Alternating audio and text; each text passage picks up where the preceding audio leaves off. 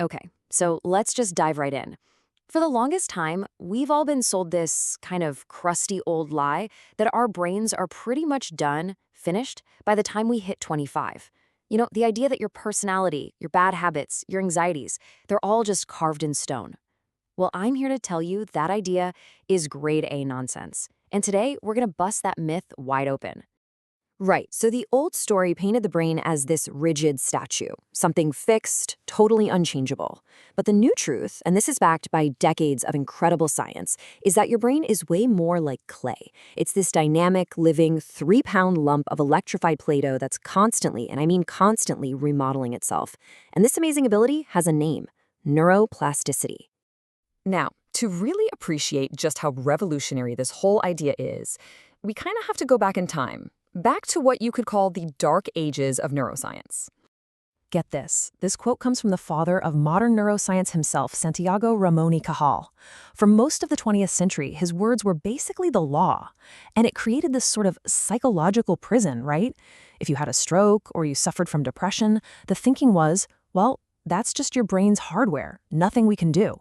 You just had to cope with it. But then, a few scientific rebels started to question this dogma. They had this nagging suspicion that the brain's map wasn't written in permanent ink after all, and they set out to prove everybody wrong. And this led to a really key question. If a part of the brain just stopped getting information, would it just sit there, like an abandoned warehouse? A researcher named Michael Merzenich decided he was going to find out using the brains of owl monkeys in a truly groundbreaking experiment. And the results were absolutely stunning. When a monkey lost a finger, the part of its brain that was dedicated to that finger, it went silent. But here's the crazy part: only for a little while. Pretty soon, the brain areas for the neighboring fingers literally invaded and colonized that empty neural real estate. This proved a fundamental rule of the brain. It is a use it or lose it system. It absolutely hates wasted space and will always, always remap itself to be more efficient. Okay, so we know the brain can change, which is amazing. But how? How does that remodeling actually happen? To get that, we need to zoom way in and see what's happening at the cellular level. I want you to think of your thoughts and habits like paths through a really dense forest. So, if you've spent years practicing negative thinking, you've basically built a 6-lane, perfectly paved everything sucks highway. It's smooth, it's fast, and your brain travels down it without even thinking. Meanwhile, a new habit, like say practicing gratitude, well, that's just a tiny weed-choked footpath. It takes real effort to push your way through. Neuroplasticity is the actual process of paving that new path, while the old highway starts to get overgrown from disuse. So the scientific name for building that new path is long-term potentiation, or LTP. It all boils down to a really simple, beautiful principle: neurons that fire together, wire together. Every single time you practice that new thought or that new skill, the connection between those brain cells gets stronger, faster, and more efficient. You're literally physically paving a new road in your brain. But what about the old highway? Well, that's where long-term depression, or LTD, comes in. And no, this has nothing to do with feeling sad. It's a cellular thing. When you stop using a neural pathway, the connections between those neurons weaken. Your brain literally starts to prune away that old, unused road to save precious energy. Now, if you think this is all just some abstract theory, let me introduce you to maybe the ultimate real-world proof: London taxi drivers. See, to get their license, they have to pass this absolutely insane test called the knowledge. What does it involve? Oh, just memorizing 25,000 streets.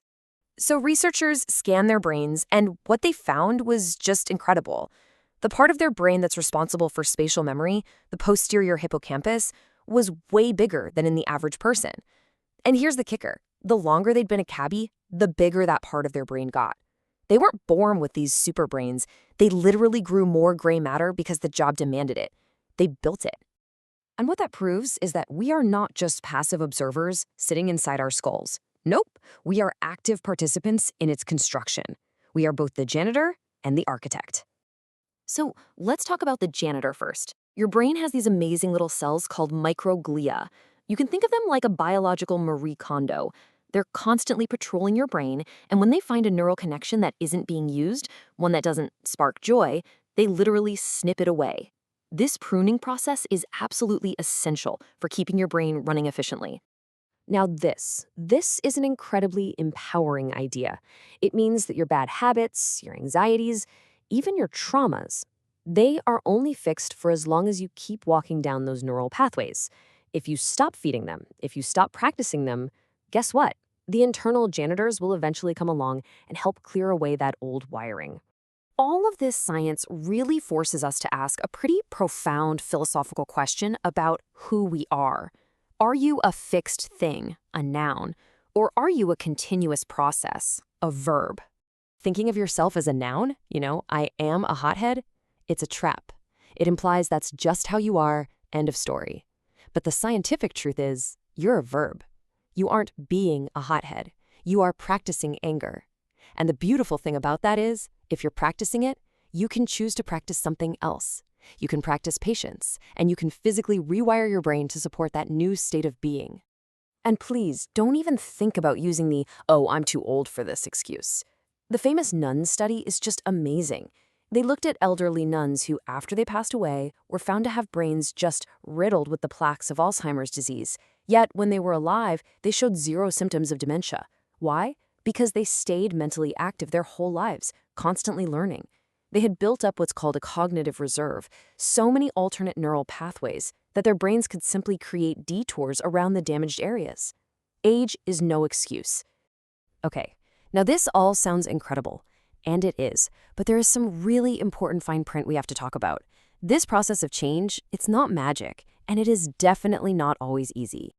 You know that feeling when you've been trying to learn a new language or some really complex skill, and you feel just mentally fried? Like your brain is literally hot? Well, that's a real thing. That's the feeling of powerful neurochemicals flooding your brain to mark synapses for change.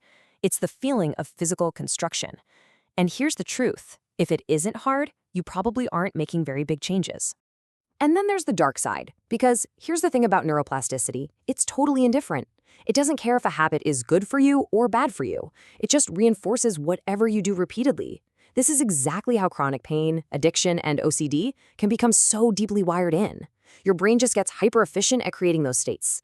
It will build you a palace or a prison. It all depends on the blueprints you give it. So where does all this leave us? Well, it leaves us with hope, but not some fluffy, self-help kind of hope. It's a gritty, biological hope. It means that no matter what rut you feel like you're in, no matter what personality you think you're stuck with, it is physically, biologically subject to change. Bottom line is this. You are the architect, you're the contractor, and you're the demolition crew of your own mind. The potential is there, the science is crystal clear, and the clay is always wet. So the only question left is, what are you going to build?